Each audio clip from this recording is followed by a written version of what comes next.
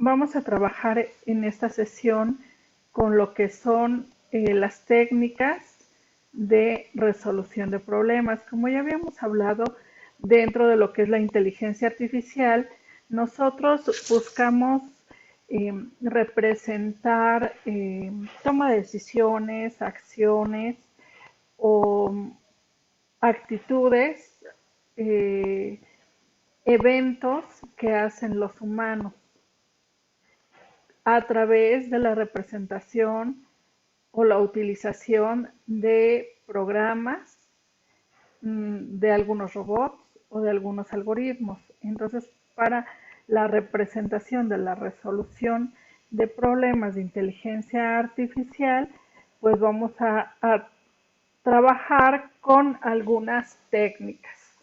En este caso, eh, la búsqueda de información va a ser nuestro tema central. Cuando nosotros hablamos de problemas de búsqueda de información, pues en la actualidad nos encontramos con muchos algoritmos ya que trabajan, por ejemplo, minería de datos, trabajan algunos elementos como análisis de información, y eso ya es algo muy común que utilizamos o que escuchamos de pronto. Cuando nosotros trabajamos con este, estos algoritmos, pues no solamente digo voy a hacer una consulta, a ver, dame cuáles son los alumnos que tienen un promedio mayor que 9, o dame cuál es el porcentaje de alumnos que aprobaron la asignatura de inteligencia artificial. No solamente eso, a ver, vamos a analizar, bueno, ¿por qué los alumnos tuvieron un bajo rendimiento? ¿Cuáles fueron los factores que se asociaron a eso? La pandemia, la conectividad a Internet, el que estaban trabajando adicionalmente a las clases, eh, que no entendieron todos los temas porque no se desarrolló una clase presencial como tal. Entonces, hay muchos factores que nosotros podemos encontrar inmersos a lo que es la calificación. Entonces, cuando hablamos de búsqueda de información y aplicamos técnicas de inteligencia artificial, no es solamente el ver por qué o cuántos alumnos tuvieron un promedio mayor a tal o menor a tal, o cuántos aprobaron o no aprobaron. Es encontrar una información a través de diferentes posibilidades. Por eso nos dice aquí que es una búsqueda en un laberinto de posibilidades. Entonces nosotros vamos a encontrar que hay muchas técnicas, muchas herramientas que se apoyan o que la inteligencia artificial se apoya en ellas para la búsqueda de información. Entonces vamos a ver que dentro de lo que es la inteligencia artificial se apoya mucho dentro de lo que son las ciencias y las ingenierías. Ajá. Entonces, la ciencia, porque nos ayuda a la comprensión de los procesos cognitivos. Ya hablábamos en la unidad anterior de las matemáticas, de el lenguaje, de la filosofía, de la construcción del pensamiento, de las técnicas emocionales, filosóficas. Entonces, eh, de psicología. Entonces encontramos ahí muchas ciencias que nos ayudan a entender cómo es que se lleva a cabo la comprensión de estos procesos cognitivos. Pero también a través de estos tratamos de interpretar y de reproducir cómo es que se lleva a cabo la inteligencia artificial a través de el uso de ingenierías, es decir, cómo es que se llevan a cabo las tareas. A ver, yo voy a analizar paso a paso cómo se hace una actividad o voy a ver cuáles fueron los métodos de solución que se utilizaron para llegar a un resultado. Y es así como surgen muchas áreas donde vamos a encontrar que van a estar inspiradas en el cerebro, ¿no? Neuronas, forma de pensar, forma de desarrollar el lenguaje. Entonces, nosotros vamos a ir encontrando ahí algunos elementos que van a estar basados en la biología también y en la neurociencia aplicada. Y entonces, todo esto en conjunto nos lleva al desarrollo de la inteligencia artificial. Entonces, cuando ya sabemos que queremos imitar la forma de pensar, de hablar, de manipular o de hacer algunas actividades que hace el hombre a través del uso de la inteligencia, bueno, entonces ahora vamos a hablar de cómo es que hace la solución de algunos problemas y cómo es que hace la búsqueda de información. Ah, bueno, pues es que a través de utilizar la deducción acerca de un problema. Tenemos que estar centrados en el dominio de un problema. ¿De qué estamos hablando? Realizar una ecuación. Ah, ese es mi dominio del problema. ¿Cuál es mi dominio? Saber por qué el rendimiento de los alumnos. Ah, ese es mi dominio de problema. Entonces yo empiezo a deducir cuáles son las posibles causas que me llevan a obtener esos resultados. Ah, bueno, ¿y cómo voy a actuar? Ah, pues a través de la elaboración de planes. ¿Qué voy a hacer? ¿Cómo voy a trabajar? Ahora, ¿qué más se va a aplicar? Y los humanos tenemos algo que se llama sentido común. Y a través de ese sentido común razonamos y a través de la experiencia que ya traemos del dominio de problemas o de casos similares, entonces tenemos un razonamiento y llegamos a una solución, incluyendo si a esa solución yo le tengo que agregar algunas pruebas, la aplicación de algunos teoremas, aplicar algo de economía para saber cuánto me va a costar o cómo voy a llegar a ese resultado, cuáles son los beneficios que se van a tener sobre un determinado problema. Pero eso como humanos lo hacemos. ¿Por qué? Pues porque tengo una experiencia sobre el tema, tengo aparte de la experiencia, tengo otros elementos como por ejemplo eh, los estudios que he tenido, los trabajos donde he estado, los problemas que he resuelto y todo eso en conjunto nos lleva a encontrar una solución.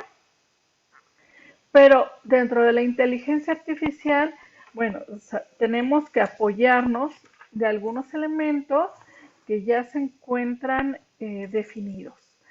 Entonces, podemos ver que ya existen algunos algoritmos de técnicas de búsqueda que nos van a ayudar a implementar soluciones para resolver problemas dentro de lo que es la inteligencia artificial. Y para trabajar con ellos, pues necesitamos saber cuáles son las características que deben tener los procesos de búsqueda en primera instancia. Y dice que estas nos van a permitir asociar un conjunto de estados a las diferentes situaciones. Ajá, entonces, yo tengo que analizar primero qué situaciones tengo. Ah, pues tengo alumnos que cursan la asignatura de inteligencia artificial, pero los estados que puede hacer es que puede ser aprobado o puede ser no aprobado. Ah, ok, ya lo tengo. Entonces, ¿cuáles son los objetos de dominio sobre los que se define el problema? Ah, pues las calificaciones de los alumnos. ¿Y de dónde partimos? Ah, pues partimos del estado donde los alumnos tienen que inscribirse a la asignatura. Ok, entonces dice, ¿cuál es el operador que se va a aplicar a un estado o que produce otro? Ah, pues tengo un operador que se llama asistencia y esa asistencia se tiene que cumplir en un porcentaje de un 70% para que se produzca el derecho a examen. Ah, ok.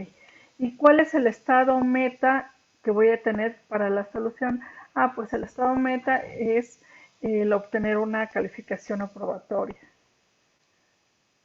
Y entonces vamos analizando y vamos a haciendo caminos para llegar a esa solución, de tal forma que nosotros podemos usar diferentes técnicas como son los árboles o los grafos para hacer búsquedas de información, para encontrar esos caminos que me ayuden a simplificar esas respuestas.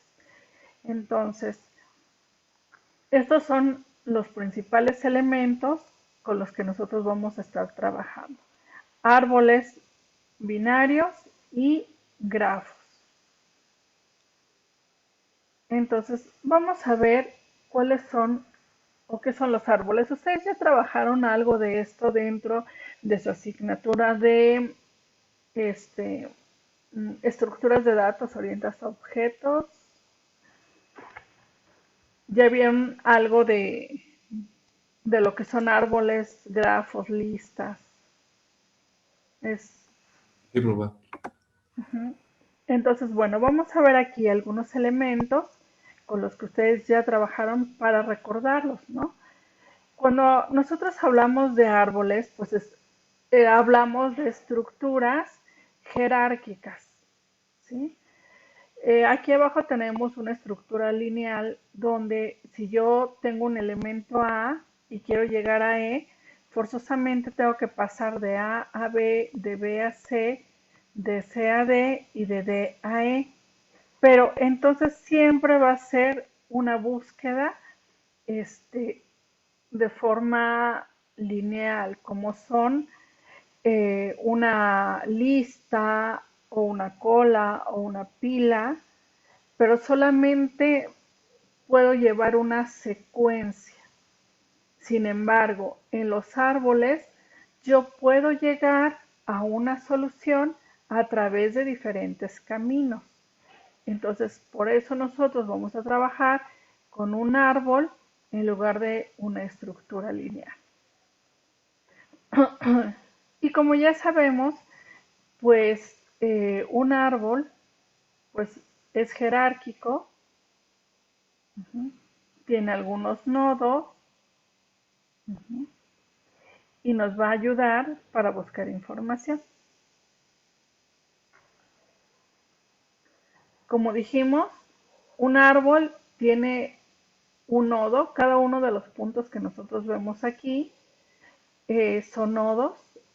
El nodo principal del cual partimos se llama raíz y a través de este se generan diferentes ramificaciones. Tengo mi rama del árbol izquierda y mi rama del árbol derecha. Y los elementos finales, donde ya no hay más elementos que conectar, se llaman hojas.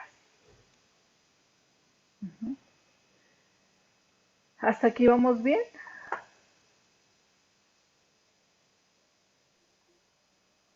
Sí, profe. Ok, Sí, profe. Sí, profe. eso es recordando lo que ustedes ya han trabajado. Entonces, quedamos que los árboles van a tener nodos y dentro de esos nodos vamos a encontrar un elemento principal que se llama padre y los que están debajo de él que se llaman hijos. Por ejemplo, A es el padre de B y padre de C. Y los que se encuentran en una misma línea, pues son hermanos. B es hermano de C.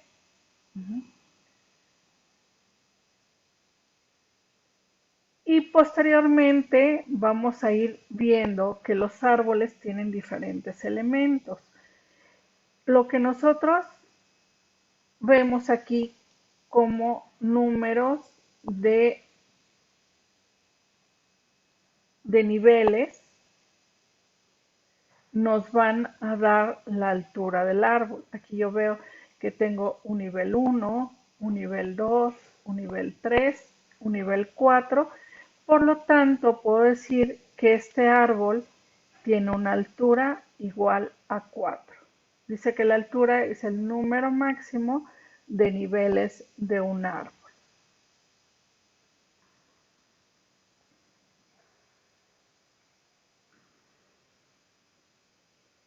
Y ahora, para determinar cuál es el peso que tiene un árbol, lo vamos a determinar mediante los elementos que tiene cada nivel.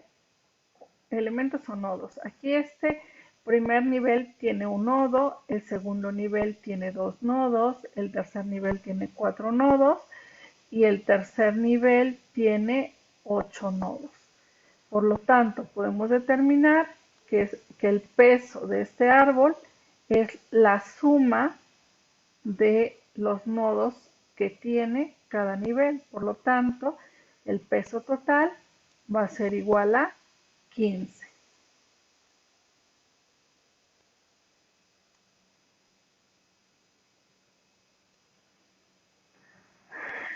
Y también hay otros elementos como lo que es el orden. Aquí podemos ver que este árbol tiene un orden 2. Dice, orden es el número máximo de hijos que puede tener un nodo.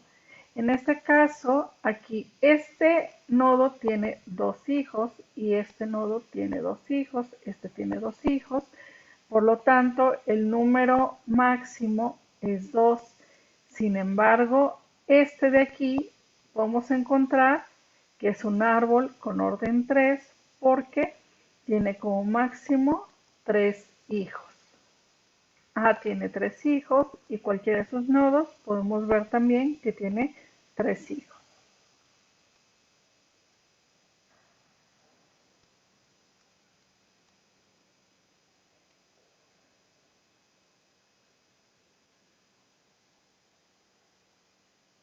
Viene el siguiente concepto donde hablamos de los grados de un árbol. Y el grado dice que es el número mayor de hijos que tiene alguno de los nodos del árbol.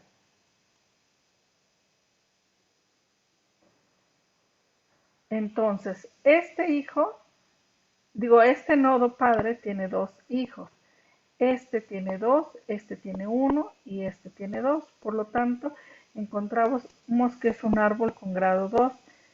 Pero aquí podemos observar en el otro ejemplo, este tiene 3 hijos, este tiene 3, este tiene 2, este tiene 2 y este tiene 1. Por lo tanto, el árbol que tiene, o el nodo que tiene mayor número de hijos son 3. Por lo tanto, podemos decir que es un árbol con grado 3. Y bueno, aquí cada una de las láminas trae la fórmula con la que se saca este valor. Visualmente, pues rápido lo podemos observar. El número mayor de elementos que tienes es 3, por lo tanto, es un árbol con grado 3. Sin embargo, nos dice que el grado 3 es igual al máximo valor de contar hijos de cada uno de los nodos. Contar hijos del hijo 1 del nodo, del hijo 2, del hijo 3, hasta hijo n. Y entonces obtenemos el grado máximo o el valor máximo, que en este caso pues sigue siendo 3. Podemos ver que dentro de los árboles se compone también de otros subárboles. Por ejemplo, este árbol tiene un subárbol A1 y un subárbol A2. E incluso este mismo tiene un subárbol A3. Era lo que les decía. Cuando yo trabajo con árboles, puedo buscar valores y puedo encontrar diferentes caminos para la solución de un problema, de tal forma que si yo tengo un camino y ese camino de alguna forma tiene una recursividad que le permite regresar a ese mismo punto, pues a lo mejor de ahí se deriva este camino y de aquí se deriva este otro camino y aquí se deriva otro camino. Entonces puedo encontrar que dentro de un mismo árbol puede existir diferentes subárboles o caminos para una solución. Entonces, los árboles binarios se caracterizan porque su grado máximo es de 2 nodos. Aquí lo puedo ver. A tiene el nodo B y C, pero ya no puede tener otro nodo D, porque entonces ya no sería binario, ya sería un árbol n-ario. B solamente puede tener 2 hijos, D y E, y C solamente puede tener 2 hijos, F y G. Y si D tuviera hijos, podría tener 1 o 2 hijos, pero no más. Entonces, así es como se componen los árboles binarios. Todos los árboles binarios van a ser de grado 2. Cuando nosotros trabajamos con árboles binarios, pues vamos a ver que si yo inserto un conjunto de valores, como los que tengo aquí, 8, 3, 6, 1, 10, 14, 13, 4 y 7, lo primero que vamos a hacer es que el valor que se inserta va o se coloca en el nodo raíz y a partir de ahí se van a dividir. Como son árboles binarios, dijimos, solamente lleva 2 ramas, la rama izquierda y la rama derecha. Por lo tanto, los siguientes valores que se inserten se tienen que colocar forzosamente a la izquierda o a la derecha. ¿Cómo es que puedo saber dónde colocarlo?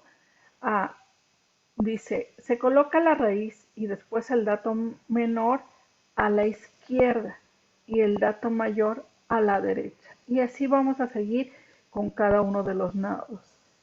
Tengo mi nodo padre y el valor menor a la izquierda y el valor mayor a la derecha. Entonces, entra el primer valor, que es 8. El siguiente valor es 3. 3 es menor que 8, por lo tanto se coloca a la izquierda. Y después entra 6, pero 6 es menor que 8, por lo tanto va a la izquierda, pero es mayor que 6. Digo, mayor que 3, por lo tanto va a la derecha. Después ingresa el valor 1. 1 es menor que 8 y menor que 3. Entonces va a la izquierda. Posteriormente entra el valor 10. 10 es mayor que 8, por lo tanto va a la derecha. Como no hay ningún otro valor, pues se sitúa inmediatamente. Después entra el valor 14 y 14 es mayor que 8, por lo tanto nos está diciendo que va hacia la derecha. Como ya tengo el valor 10, entonces dice 14 es mayor que 10, se coloca a la derecha. Entra el valor 13, 13 es mayor que 8 y mayor que 10, pero es menor que 14, entonces se coloca hacia la izquierda. Posteriormente entra el valor 4, que va a la izquierda del 6, y el 7 que va a la derecha. Y entonces encontramos que tenemos un árbol binario de tamaño 9 porque tiene 9 nodos tiene 4 niveles, 1, 2, 3, 4 niveles, y una raíz que tiene el valor de 8. Y entonces vemos que podemos empezar a hacer operaciones binarias con nuestro árbol. La primera es de identificación de nodos. Saber que tengo nodos izquierdos y nodos derechos.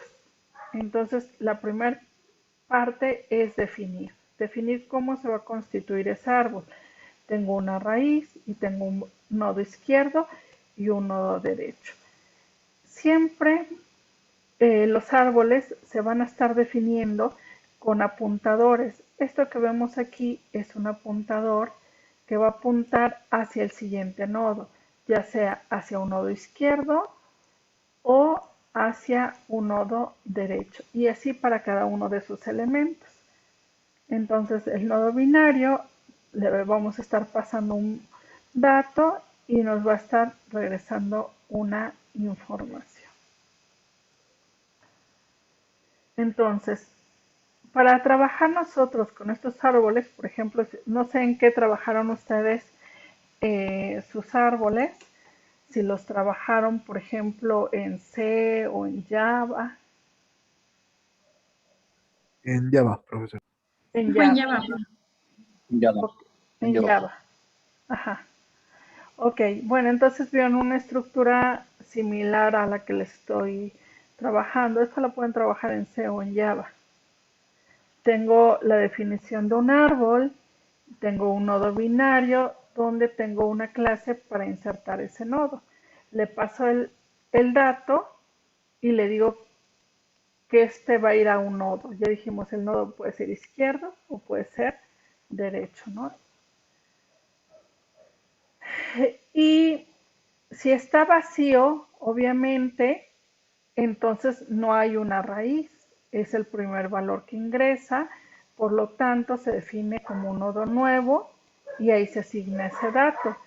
Pero si ya hay un nodo, se determina si el valor es mayor o si el valor es menor. Y ya habíamos dicho, si es mayor, entonces se inserta dentro del nodo izquierdo, y si es menor, dentro del nodo derecho.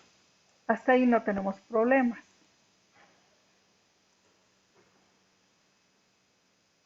¿Sí vamos bien todos? Sí, profe. Sí. Ok. Sí. Bueno, pues entonces tenemos que definir nuestro programa principal donde vamos a establecer un objeto que va a ser de tipo árbol, lo instanciamos, tenemos en nuestro nodo raíz, también lo vamos a instanciar, nuestro objeto árbol, le vamos a insertar un valor nodo que va a ir a la raíz, que va a ser nuestro primer valor, y a partir de ahí, por ejemplo, se van a insertar valores. En este caso, ¿cuántos valores vamos a insertar?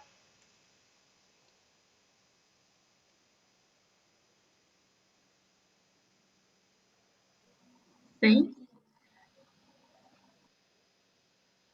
6. 7 si cuenta 0.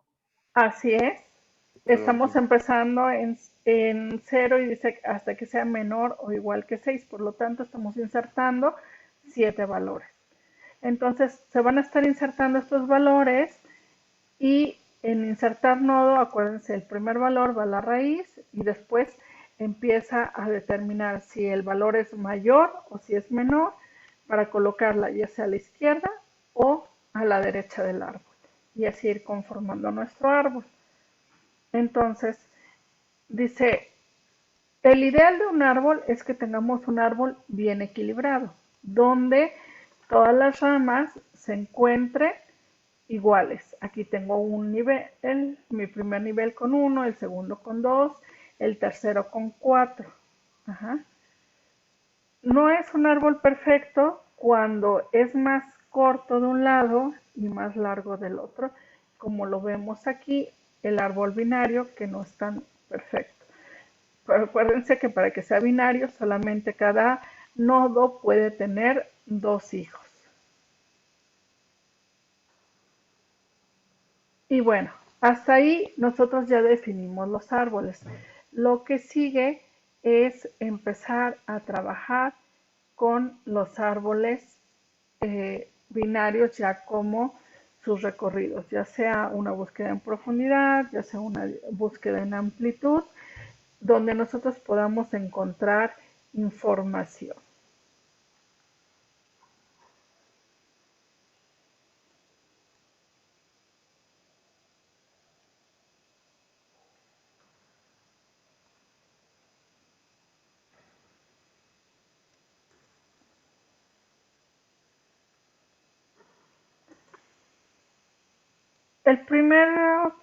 Lo primero que vamos a ver es que existen, dice, búsquedas no informadas, que son algoritmos, dice que no dependen de información propia del problema a la hora de resolverlo.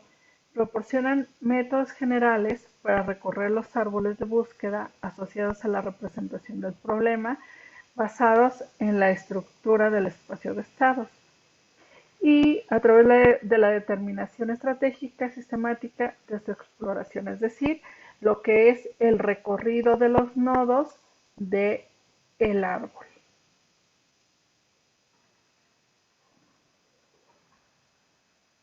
Dice, estas búsquedas se realizan cuando nosotros hacemos el recorrido de todo el árbol hasta encontrar el valor que nosotros queremos. Como no sabemos dónde está colocado ese valor, se dice que hacemos una búsqueda a ciegas. La búsqueda en profundidad y la búsqueda en amplitud pertenecen a este tipo de búsquedas.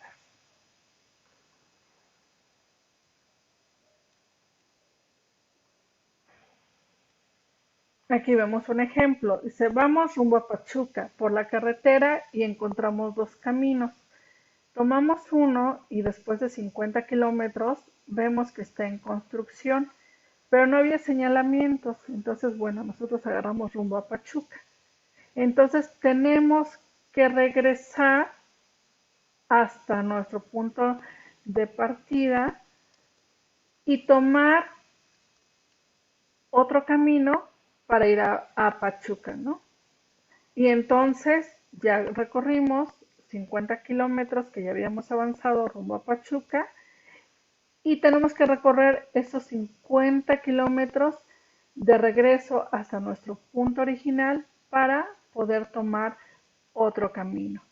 Por eso, como ya hice todo un recorrido de un lado y regreso, y ahora tengo que recorrer hacia el otro lado porque no había un señalamiento que dijera que no había paso, que había camino en construcción, etcétera, ¿no? Entonces yo fui a ciegas, avancé 50 kilómetros, regresé 50, ya hice 100 kilómetros y no llegué a mi destino. Tengo que volver a empezar sumando ya esos kilómetros que ya recorrí. Por lo tanto, se dice que es una búsqueda a ciegas porque había un desconocimiento y se tuvo que hacer todo ese recorrido. Chicos, cuando me salí del programa y volví a ingresar, creo que no le establecí el tiempo que fuera de 45 minutos. Estoy viendo, me queda un minuto y nos va a votar. Entonces, para continuar ahorita con el tema, vamos a salir y vamos a ingresar en la misma liga. Nada más dejen ver si alcanzo.